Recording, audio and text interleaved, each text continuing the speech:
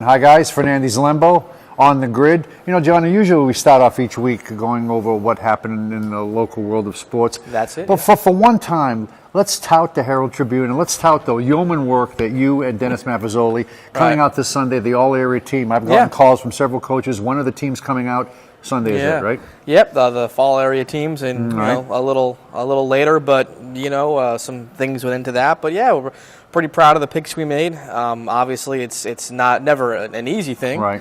Which is a testament to the kids and coaches in the area. Obviously, not everyone's going to agree with the teams you pick, and that's part of the fun. You know, if everyone agreed with every list out there, you know, I mean, it makes good debate fodder. And also, too, this sets up our banquet at the end of the year. Right. You know, so the kids who are first team and honorable mention, as well the coaches of the year, get invited to our banquet. So, you know, so we'll see as time goes on. And like I said, fall is a good year. We had some standouts in all the sports, and we think we made some pretty good lists for our teams. You know, I was involved in the process many years ago, and we used to get all the coaches in one room and hash it out for hours upon hours. It's a little different now. You talk to the coaches, but you see a lot of these guys yourself. All of us do. Right, and to be honest, not every coach submits information. You know, we send ballots out to all the coaches, and you know, you can't go to the people's house and twist their arms. So we do the best we can with what we see. And I will say one thing about this area. Other coaches are really good at nominating kids from other schools. I mean, you know, maybe they might put their kids first sometimes, but just natural. You know, they're your kids, but they're very good at saying, hey, I saw this kid at whatever school. He's really good. I saw this kid. So that makes it a little easier for us that really the coaches, they want to tout their own kids, but they're not above touting another kid on some other school, which is good. Yeah, hopefully they're going to be honest and say, hey, I saw this kid for such and he deserves Especially to be on Coach of the team. Year. Coach of the Year, they'll do that too. So, yeah, it's pretty cool. A lot of goodwill in that regard around here. So I saw the proofs. That's what we call it in the business, the proof. So look for it in the Sunday's Herald-Tribune. Yeah, it should be cool. Let's segue to what you just said about Joey Todoslavich, a local Sarasota High guy, picked up by the Pirates from the Braves to the Orioles, now to the Pirates. Non-roster invitee. Yeah, the Pirates announced that they've signed him to a minor league contract. He's a non-roster invitee to spring training, so he's obviously not in a 40-man roster. So he has to, earn a spot somewhere on the team, but. You know, it's a shot, it's a chance, to get back in it. The Pirates are pretty good in terms of using their bench a lot. I mean, Matt Joyce last year was a non-roster invitee. He made the team. Now, he has a little more body of work than major level than Joey does, but still, as Clint Hurdle once said, anyone who's in camp has a chance to make the team. So you got the invite, and now do your best to make the most of it. Now, I don't know what the situation is in AAA, but assume if he doesn't make the major league team, maybe there will be a spot at AAA. For Joey T. Yeah, and obviously you look at the Pirates outfield; it's pretty good with McCutcheon and Marte and Polanco. So, but he's seen some time at first base and a little third base, and their first base situation got up in the air with Josh Bell and John Jaso. So, we'll see where he fits in. But again, I mean, he's in camp, and he has a shot to prove what he's worth, and it'll be good seeing him this spring. And it's a ready-made silver platter spring training story for you. That's one. That's one out of about 25. 40 more to go. Yeah, exactly. Back on locally, what's going on? Sarasota Military Academy. Yes. We don't get those guys in the paper. 3-0 win over Arcadia. They're guaranteed at first appearance in the regional tournament. Girls soccer, District final Mooney. So talk about that. A nice performance yesterday. Yeah. Girls soccer, they beat DeSoto, as you mentioned, 3-0, and they play Mooney on Thursday. First time. They've had soccer for, I think, 5 years there, but for the last 4, they've been in FHSAA. Sure. The first year they're independent. A pretty big deal.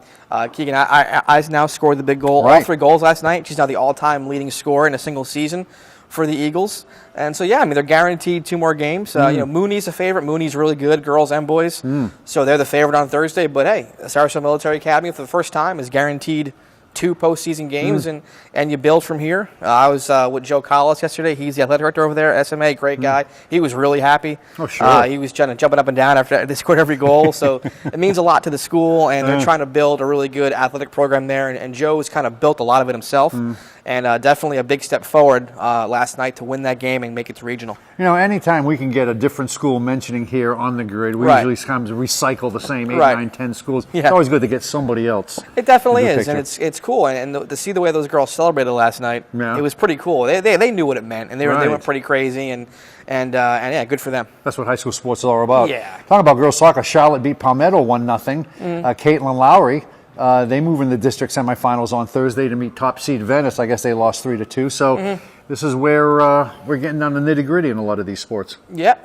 Thursday and Friday are pretty much the days of the championship games, and As y'all know, top 2 teams go to regional. Sure. But you still want to win your district. You want that home game. You want that trophy. You want that nice little banner for your wall.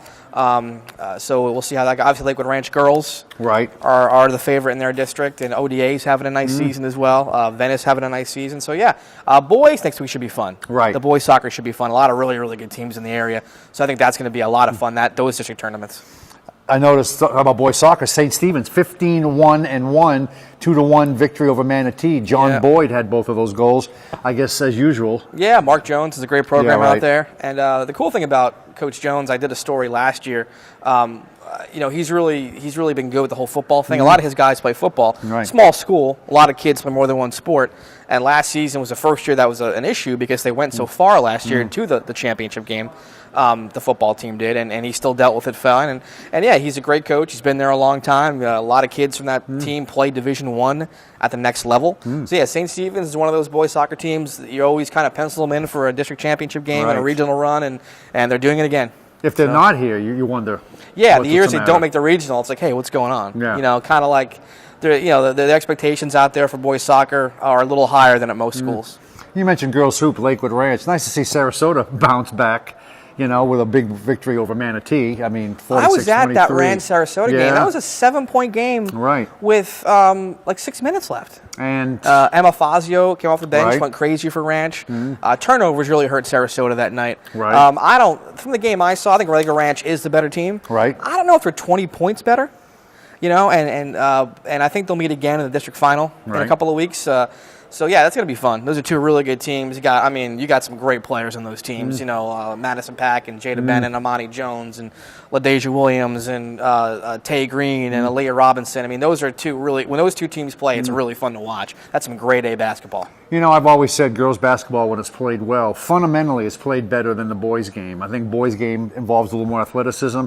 Girls, a little more fundamentally sound, passing the ball. And I always like watching a good girls basketball game. Yeah, it's funny. John Harder, the Southeast coach, who we've talked about millions of times, he's been around here for so long. He said that's one of the things he loves about it, the poetry, the fluidity of it when it's done right. And if you want to see girls basketball played right, Lakewood Ranch and Sarasota, that's the way to go. It's really fun to watch those teams.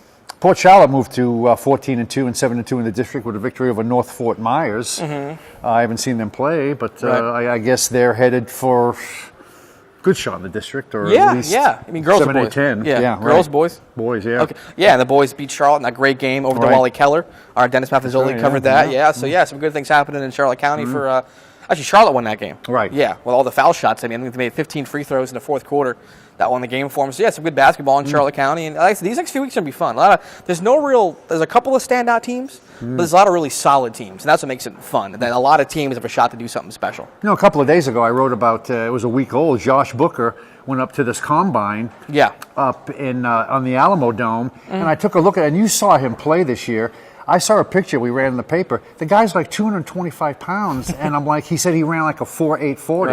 And I'm like, well, Josh, maybe you need to drop about 50 pounds. He looks big. I saw him wrestle, too. He wrestles for Manatee. I mean, he's gotten bigger, obviously, for the wrestling season, or? Well, I mean, I know when he was in Sarasota, they kind of wanted him to kind of cut down on the weight training, but, I don't know. I don't know if they want to make him bigger or not. I mean, it's a good exposure. I mean, colleges get a heads up on seniors to be. Yeah, and he had a good season on the mat, too, with wrestling for Manatee. They expect him to do some big things in the postseason, which starts in a couple of weeks. So, he's definitely an athlete to watch. And I didn't realize that he led the team in rushing this year. And the few times I saw him, he really didn't get the ball all that much, but he ended up rushing for close to 600 yards. They had so many weapons. They had Keon Ford, a freshman, had a great year. A.J. Cole Giovanni obviously had a great year running and throwing the football. So the ball went to a lot of different people last year for Manatee. Did he play a lot of linebacker? Not to stay on Josh, but did he play a lot of linebacker? Because there was talk of him playing. I don't know how much I'm not sure how much he did. But I still think and he had some injuries to deal with, too. He had some injuries to battle through. So, What else? We got a couple of minutes left. What else haven't we? We've touched about 4 or 5. Anything coming up that we haven't touched on here? Well, obviously, as we speak, the girls' regional weightlifting meets Region over 8 down at Charlotte High School. So by next week, we'll pretty much know who advances to state. I think we know some girls who are probably going to go anyway. So 3 Canes qualified for this one, right? 8. 8. Right. Right. Okay, I missed by 5. It happens. Don't worry about it. You're all right. But so we'll know. I think this is the one where it's like if you win your class, you go automatically, and then the other ones are kind of put into like a wild card situation. So we'll know in a couple of days who's going to state. Good. Next week we got boys soccer, girls soccer regionals, and this is where it goes like step by step. You know, girls, boys, and wrestling. So a lot of good stuff coming up. You know, a lot of good stuff coming up, and the next month or two it's going to be fun, a lot of postseason stuff, so it should be good. And again, once again, before we go, look for this Sunday for the all-area team put together by John Lembo and Dennis Maffezoli. Yep. So look for that. Yeah. So plenty coming up. So for John Lembo, I'm Doug Fernandez. We'll see you next week on The Grid.